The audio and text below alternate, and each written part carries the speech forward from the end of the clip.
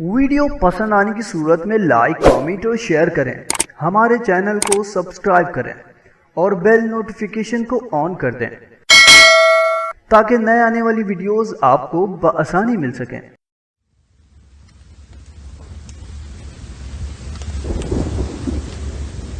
چند دن قبل کسی کام سے بائی روڈ لندن جانا ہوا۔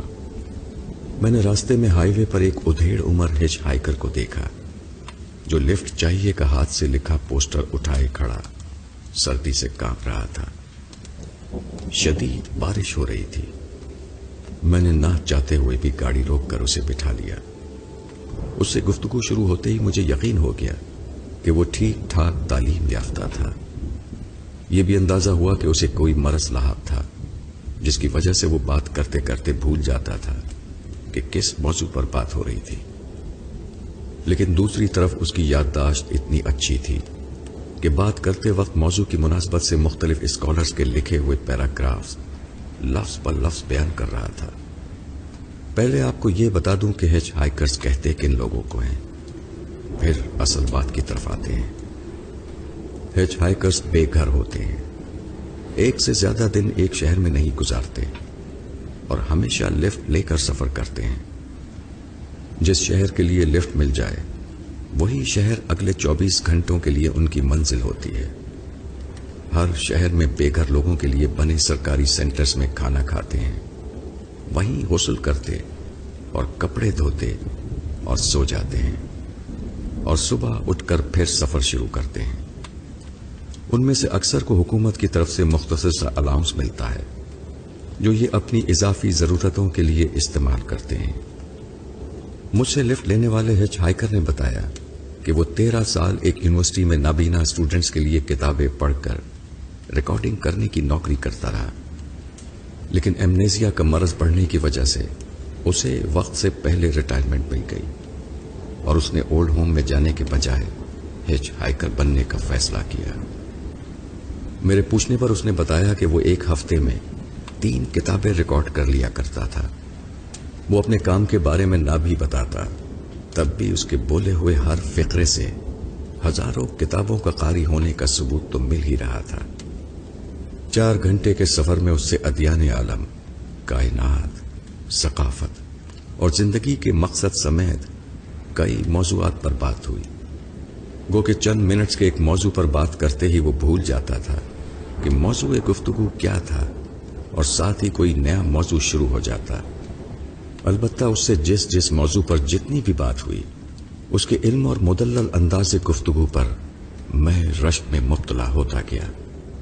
وہ ایک سانس میں اپنی کسی بات کی دلیل کے لیے یونانی فلاسفر کا حوالہ دیتا، دوسری میں مسلم اسکالرز کا اور تیسری میں قرون اولیٰ کے ہندو فلسفیوں کی کہی ہوئی کسی بات سے اپنی بات کو تقویت دیتا، اور اس دوران بھول بھی جاتا کہ بات کس ٹاپک پر ہو رہی تھی۔ اس کے ساتھ ہونے والی بہت سی باتوں میں سے میں چند آپ سے شیئر کرنا چاہتا ہوں۔ بات کرتے کرتے وہ ایک دم سے کہنے لگا، تمہیں معلوم ہے تم اس روڈ سے کیوں گزرے جہاں میں کھڑا تھا؟ میں نے کہا کیونکہ مجھے لندن جانا تھا۔ ہاں وہ تو تمہیں جانا ہی تھا، وہ بولنا شروع ہوا، لیکن تم اس خاص وقت میں وہاں سے اس لیے گزرے کہ وہاں تمہارے لیے قدرت نے ایک امتحان رکھا تھا۔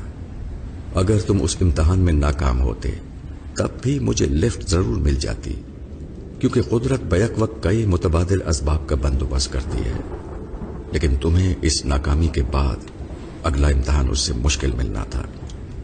خود کو انسانیت کے لیے مفید ثابت کرنے کے جتنے مواقع ضائع کیے جائیں، مفید بننا اتنا ہی مشکل ہوتا جائے گا۔ وہ بولتا چلا گیا۔ اس نے مزید کہا کہ میں 15 منٹ پہلے اس روڈ پر آ کر کھڑا ہوا تھا اور تم سے پہلے کئی گاڑیاں وہاں سے گزریں۔ میرا تو کام ہی انتظار کرنا ہے۔ میرے سفر کا بندوبست کرنا تو قدرت کا کام ہے، لوگوں کا نہیں۔ مجھے دکھ ان لوگوں کی ناکامی پر ہوتا ہے جو امتحان کے ہر سوال کو برابری کی بنیاد پر سنجیدہ نہیں لیتے۔ کسی کو یاد ہی نہیں کہ زندگی تو بس ایک امتحان ہے اور قدم قدم پر قدرت کے امتحان کے سوال نامے رکھے ہیں۔ میں حیرت سے اسے دیکھ رہا تھا۔ جب وہ بات کرتے کرتے پھر بھول گیا اور کچھ سوچنے لگا میں نے اسے الجھن میں دیکھ کر ٹاپک بدلنے کے لیے پوچھا، ابھی تو شاید تم 50 کے بھی نہیں ہو، اتنے تعلیم یافتہ بھی ہو کر پھر کیوں سڑکوں پر مارے مارے پھرتے ہو؟ تمہیں اپنی بیماری کے باوجود اچھی جاب مل سکتی ہے۔ اس کے چہرے سے اندازہ ہوا اسے مجھ سے اس احمقانہ سوال کی توقع نہیں تھی۔ کہنے لگا، دیکھو مجھے گورنمنٹ سے $900 ماہانہ ملتے ہیں، جو بھیک نہیں، وقت سے پہلے ملنے والی ریٹائرمنٹ کی پینشن ہے۔ اگر تم غور کرو تو جان سکتے ہو کہ ان پیسوں سے میں بآسانی ریٹائرمنٹ ہوم میں آسائش کے ساتھ رہ سکتا ہوں، لیکن پھر نہ تو خدا کو اپنی طرف متوجہ کر سکوں گا، نہ میں خود خدا کو دیکھ سکوں گا۔ میں نے پوچھا، تم خدا کو کیسے دیکھتے ہو اور کیسے اسے اپنی طرف متوجہ کرتے ہو؟ وہ بولا، اپنے اور دوسروں کے لیے قدم قدم پر اس کے بچھائے ہوئے امتحان اور بندوبست میں اسے دیکھتا ہوں، اور ضرورت مندوں کی مدد کر کے اسے اپنی طرف متوجہ کرتا ہوں۔ میں نے سوچا، جو خود بے گھر ہے اور سفر کے لیے لفٹ کا محتاج ہے، وہ کیا کسی کی مدد کرے گا؟ لیکن میں نے گفتگو آگے بڑھانے کو پوچھا، تمہارا تو اب کوئی خرچہ ہی نہیں ہے، پھر تم اس پینشن کا کیا کرتے ہو جو تمہیں ملتی ہے؟ خیرات کرتا ہوں، وہ بولا، اور ساتھ ہی اپنے بیگ کی ایک جیب سے پلان کینیڈا نامی ایک خیراتی ادارے کو دی گئی امداد کے ایگریمنٹس نکال کر مجھے دکھانے لگا۔ ایگریمنٹس اور رسیدوں کے مطابق وہ بندہ خدا افریقہ میں 3 یتیم بچیوں کا فوسٹر فادر یعنی نگہبان تھا، اور ان کی تعلیم اور ہاسٹل کے اخراجات کی مد میں $730 ماہانہ پلان کینیڈا کو عطا کرتا تھا۔ اس نے اپنی بیماری کی وجہ سے ایسا بندوبست کیا ہوا تھا کہ یہ پیسے ہر ماہ اس کے اکاؤنٹ سے خود نکل جائیں۔ میں نے اس کے کاغذات اسے واپس کیے اور پوچھا، یہ تم کب سے کر رہے ہو؟ تب تک وہ پچھلی ساری بات بھول چکا تھا۔ پوچھنے لگا، کیا کب سے کر رہا ہوں؟ میں نے سوال بدلتے ہوئے پوچھا، ہم زندگی کے مقصد پر بات کر رہے تھے، تم یہ بتاؤ یہ زندگی کس بات کا امتحان ہے؟ وہ ایک لمحہ سوچنے کے بعد بولا، جب خدا ہمیں دوبارہ اٹھائے گا تب ہی حقیقی زندگی شروع ہوگی، اور اس زندگی میں مراد اس بنیاد پر ملیں گی کہ ہم دنیاوی زندگی میں انسانوں کے لیے کتنے مفید تھے، اور یہی خلاصہ ایک کلام ہے کہ یہ زندگی خود کو انسانوں کے لیے مفید ثابت کرنے اور شکر گزار رہنے کا امتحان ہے۔ میں نے کہا، یار تم اتنے سمجھدار ہو، تمہیں قرآن بھی اسٹڈی کرنا چاہیے۔ جواب میں اس نے سورہ نور کی اللہ سے متعلق ایک بڑی آیت کی انگلش ٹرانسلیشن مجھے اس انداز میں سنائی کہ میری آنکھیں بھیگ گئیں۔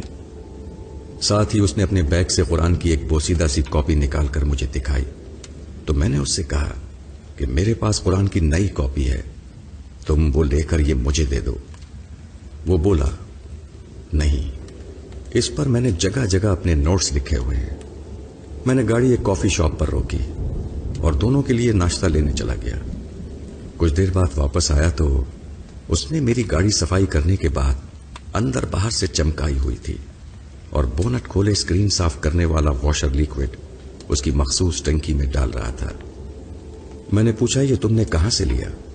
اس نے سامنے گیس اسٹیشن کی طرف اشارہ کر کے کہا، وہاں سے لیا ہے، تمہاری گاڑی میں واشر لیکوڈ والی ٹنکی خالی تھی، اس موسم میں یہ ٹنکی بھری ہوئی ہونی چاہیے۔ میں نے واشر لیکوڈ کے پیسے دینا چاہے، اس نے یہ کہہ کر منع کر دیا کہ جو ناشتہ تم میرے لیے لائے ہو یہ اس سے سستا ہے۔ اس سے ہونے والی گفتگو کا 5% بھی میں لکھ نہیں پایا۔ وہ تو لندن پہنچ کر میری گاڑی سے اتر گیا، لیکن میں شاید لمبا عرصہ اس انسان کو نہ بھول پاؤں۔ واپس آ کر اپنے دوستوں سے اس کا تذکرہ میں نے صوفی ہچ ہائیکر کے نام سے کیا۔